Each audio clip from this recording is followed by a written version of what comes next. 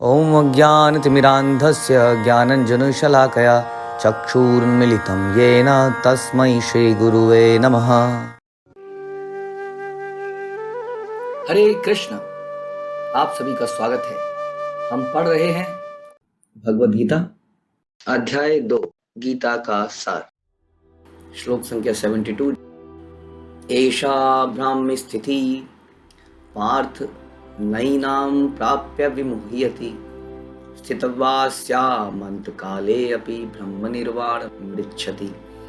यह आध्यात्मिक तथा ईश्वरीय जीवन का पथ है जिसे प्राप्त करके मनुष्य मोहित नहीं होता। यदि कोई जीवन के अंतिम समय में भी इस तरह स्थित हो तो वह भगवत धाम में प्रवेश कर सकता है। तो ये जो मैटीरियल जगत को क्रिएट करने का पर्पस है, आप जानते हैं, हम कई बार इसके बारे में चर्चा कर चुके हैं कि इसका पर्पस है कि हम लोग यहाँ पर अपनी चेतना को शुद्ध कर पाएं और भगवान के धाम में वापस जा पाएं। तो ये जो रास्ता है, हमारे जीवन का जो रास्ता है, वो भगवान के धाम को वापस जाता हुआ होना चाहिए। और ये रास्ता है भक्ति का। तो भक्ति के रास्ते से, तो यह जो आध्यात्मिक ईश्वरीय जीवन का पथ है, ये पथ कौन सा है? भक्ति का पथ। इस भक्ति के पथ पे चलते हुए ऐसा हो सकता है कि कभी हम थक जाएं, थोड़ी सी देर हम कई बार हाईवे में जा रहे होते हैं, थोड़ी सी देर के लिए हम रेस्ट कर लेते हैं, राइट? थोड़ी सी देर के लिए हम रुक जाते हैं, या बीच बीच में हम पेट्रोल की फिलिंग कराते हैं। लेकिन फिर भी हम ये नहीं भूलते कि हमें जाना इस रास्ते पे है। ऐसा नहीं है ना कि वहाँ पे बैठे हम कहीं पे ब्रेक लेने के लिए और शाम तक वहीं पे ब्रेक लेने के लिए बैठे रहे। तो इसलिए हमारे जीवन का जो रास्ता है, वो मुख्य पथ जो है, जो हाईवे है, वो हाईवे इस तरह से होना चाहिए कि हम भगवान के धाम की तरफ जा रहे हैं। उसके बीच में हम छोटे मोटे कुछ काम कर सकते हैं अपने वर्णाश्रम के अनुसार। लेकिन हमारा पर्पज़ ही होना चाहिए कि हमें इस हाईवे पे, अपने गंतव्य पे, डेस्टिनेशन पे पहुंचना है। यदि हम रास्ता ही भटक गए तो सारा प्रयास विफल हो गया। यदि हम रास्तों में ही अटकते रहे, ब्रेक ही लेते रहे और पहुंचे ही नहीं, तो इसलिए यह आध्यात्मिक तथा ईश्वरीय जीवन का पथ है। और मैं आपको ये बता रहा हूँ, हम ये डिस्कस कर रहे हैं कि किस तरह से ये जीवन ही वास्तव में ईश्वरीय पथ है, ईश्वर को प्राप्त करने का पथ है। इसका अल्टीमेट डेस्टिनेशन है भगवान का धाम भी कह सकते हैं, या भगवान की प्रेममयी सेवा भी कह सकते हैं, या भगवान का प्रेम भी कह सकते हैं। ये हमारा डेस्टिनेशन है और इसका रास्ता जो है वो है भक्ति, डिवोशनल सर्विसेज। तो ये हमारा मुख्य कार्य है। इसके अंतर्गत बीच में थोड़े बहुत डेविएशन आ सकते हैं, कई बार रास्ते में डाइवर्जन्स होते हैं, हम कई बार डाइवर्जन्स में जाते हैं और फिर से मुख्य रास्ते में आ जाते हैं। सो लॉन्ग एज हम लोग उस मुख्य रास्ते को नहीं भूलते, उस पर चलते रहते हैं, देन एवरीथिंग इज ओके। अगर हम इसको प्राप्त कर लेते हैं, इस हाईवे को हम पकड़ लेते हैं, इसे प्राप्त करके मनुष्य मोहित नहीं होता। क्यों मोहित नहीं होता? कई बार आपने सुना होगा कि समुद्र में चलते हैं ना लोग। समुद्र में चलने के लिए क्या करना पड़ता है? समुद्र में चलने के लिए, रास्ता दिखाने के लिए कई बार आपने सुना होगा, फॉग लाइट जलती है। फॉग लाइट होती है, एक बहुत ऊंचा टावर बनाया जाता है तट के किनारे पे, और उसकी ऊंचाई पर एक बहुत बड़ा बल्ब लगाया जाता है जो कि कई कई मीलों दूर से दिखता है। उसका पर्पज़ ये होता है कि जो आसपास के शिप जा रहे होंगे, निकल रहे होंगे, उन शिप्स को एक डायरेक्शन मिले कि इस डायरेक्शन में तट है और वो इस तट की तरफ आ जाएं। तो जब वेरी बड़ी ऊंचाई से, ऊंचे पथ से हमें ये रास्ता दिखता है, तो हम भटकते नहीं हैं, बल्कि समुद्र अदरवाइज देखा जाए तो एक जैसा दिखता है चारों तरफ, है ना। समुद्र में तो कोई आप पहचान नहीं बना सकते ना। हम लोग सड़कों में पहचान बना लेते हैं, उस जॉनी हेयर कट से, हेयर ड्रेसर से राइट लेना है, और वहाँ से स्वीट्स वाले, लक्ष्मी स्वीट्स वाले से लेफ्ट लेना है। तो समुद्र में तो कैसे रास्ता बनाएंगे आप लोग, है ना। तो वहाँ पे वो फॉग लाइट, तो ये फॉग लाइट हमें मोहित होने से बचाती है। मोहित होना किसको कहते हैं? जब हम किसी अनरियल चीज़ को रियल मान लें, जब हमें लगे राइट यहीं पे लेना है, बस यहीं पे लेना, राइट लेना है, जबकि हमें लेफ्ट लेना था और हमने राइट ले लिया।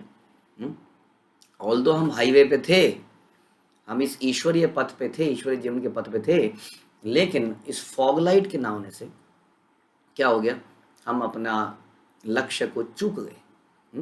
तो यदि हम ईश्वरीय जीवन का पथ लेते हैं तो इसका वास्तविक अर्थ है हम गुरु की शरणागति में आते हैं, और जब हम गुरु की शरणागति में आते हैं तो गुरु एक फॉग लाइट की तरह काम करते हैं, जो हमें हाई लेवल पर्पस, हाँ, गंतव्य के बारे में याद दिलाते रहते हैं, जिसके कारण हम भटकने से बच जाते हैं। यदि हमारे जीवन में गुरु नाम की ये फॉग लाइट ना हो तो हम मोहित हो जाएंगे और फिर अपने गंतव्य से भटक जाएंगे, क्योंकि बहुत सारे एग्जिट्स आते हैं इस हाईवे में।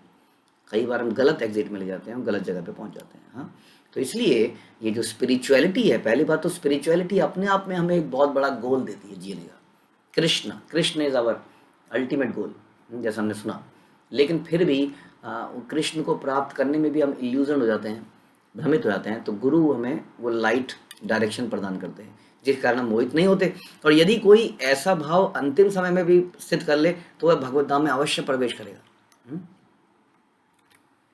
भगवत धाम में अवश्य प्रवेश करेगा। लेकिन अभी हमने शुरुआत में डिस्कस किया कि हमारे जीवन का पर्पस यही है। अगर हमारे जीवन का पर्पस यही है, इस रास्ते पर चलना है, तो इज इट इनफ कि हम अंतिम समय पर ऐसी स्थिति प्राप्त कर लें कि हमें भगवान दिख रहे हैं और भगवान से प्रेम करना हमारे जीवन का उद्देश्य हो जाए? क्या ये प्रैक्टिकल है? क्या ये पॉसिबल है कि जिसने जीवन में कभी भक्ति ना करी हो वो अंतिम समय में ऐसा कर पाए?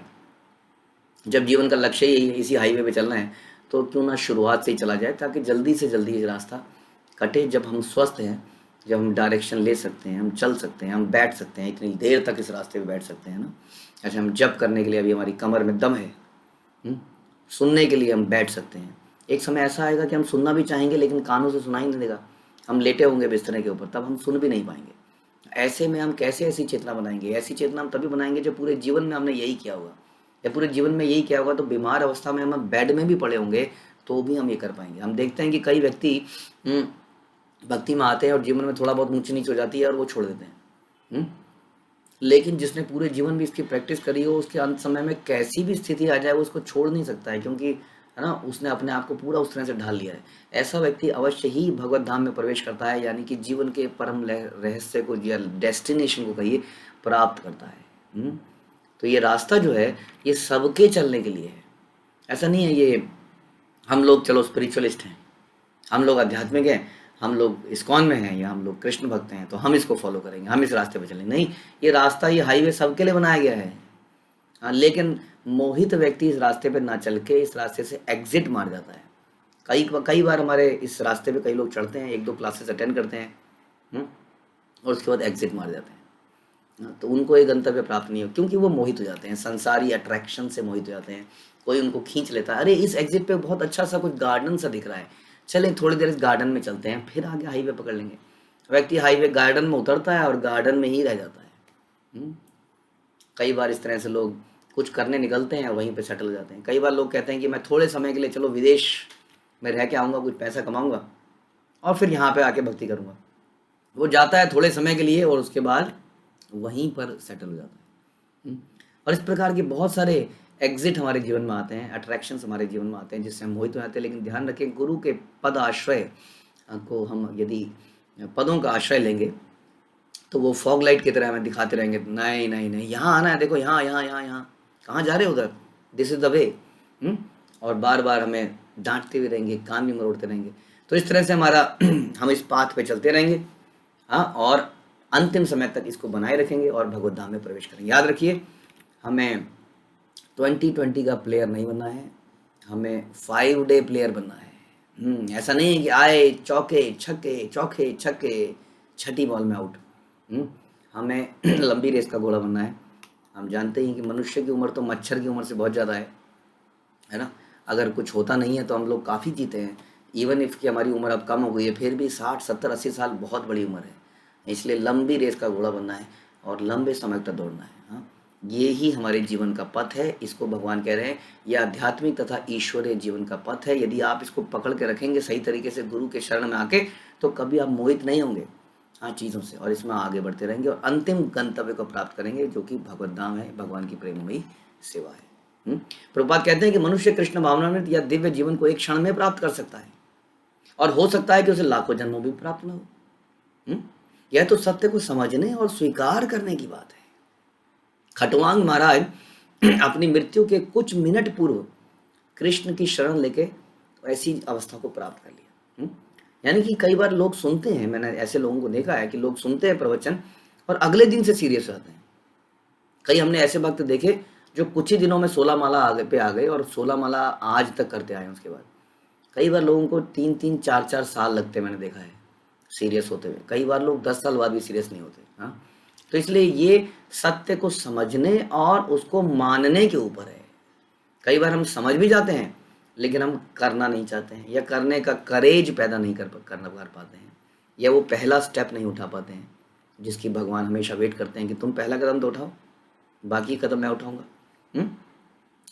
तो इस प्रकार से भौतिक जगत में इंद्रिय तृप्ति विषय कार्य होते हैं और आध्यात्मिक जगत में कृष्ण भावनामृत विषय कार्य होते हैं। इसी जीवन में ही कृष्ण भावनामृत की प्राप्ति ब्रह्म प्राप्ति जैसी है। हाँ, तो ये बता रहे कि इस जीवन में भी ऐसा नहीं कि मरने के बाद ही हमें ये डेस्टिनेशन प्राप्त होगी, इसी जीवन में प्राप्त हो सकती है। कई बार लोग कहते हैं कि मरने के बाद किसने देखा है, कौन जाने कि मरने के बाद क्या होगा। कितना मूर्खता वाला प्रश्न है। आपने देखा है कि आपके बुढ़ापे में क्या होगा? नहीं, फिर भी आप बुढ़ापे की प्लानिंग करते हैं कि नहीं करते हैं? बड़ी साधारण से तथ्यों से साबित हो सकता है कि व्यक्ति दोबारा पैदा होता है, मरता है, ये आत्मा शरीर के अंदर है, इट्स नॉट अ मशीन। इस मशीन के अंदर कुछ और ऐसा तत्व है जिसको चला रहा है। कितने ऐसे तथ्यों से बड़ा क्लियरली साबित किया जा सकता है। जब आत्मा है और जो इस प्रकार से निकल जाता है शरीर से, तो मृत्यु हो जाती है, तो निकल के जाता कहाँ है? क्या वो फिर नहीं आता वापस? तो कितने सारे तथ्य हैं समझने के लिए। तो हमें ये सब चीज़ें समझने की आवश्यकता है। इसलिए हम ये कह रहे हैं आपको, ऐसा नहीं कि मरने के बाद ही आपको ईश्वर की प्राप्ति होगी। ये बता रहे हैं कि इसी जीवन में यदि व्यक्ति कृष्ण का भक्त बन जाए, दास बन जाए और उसी तरह से अपना जीवन को बना ले, तो ऐसा समझना चाहिए कि वह पहले ही भगवत धाम में प्रवेश कर चुका है। अब तो केवल एक औपचारिकता है जिसमें उसको वहाँ पर भेजा जाए।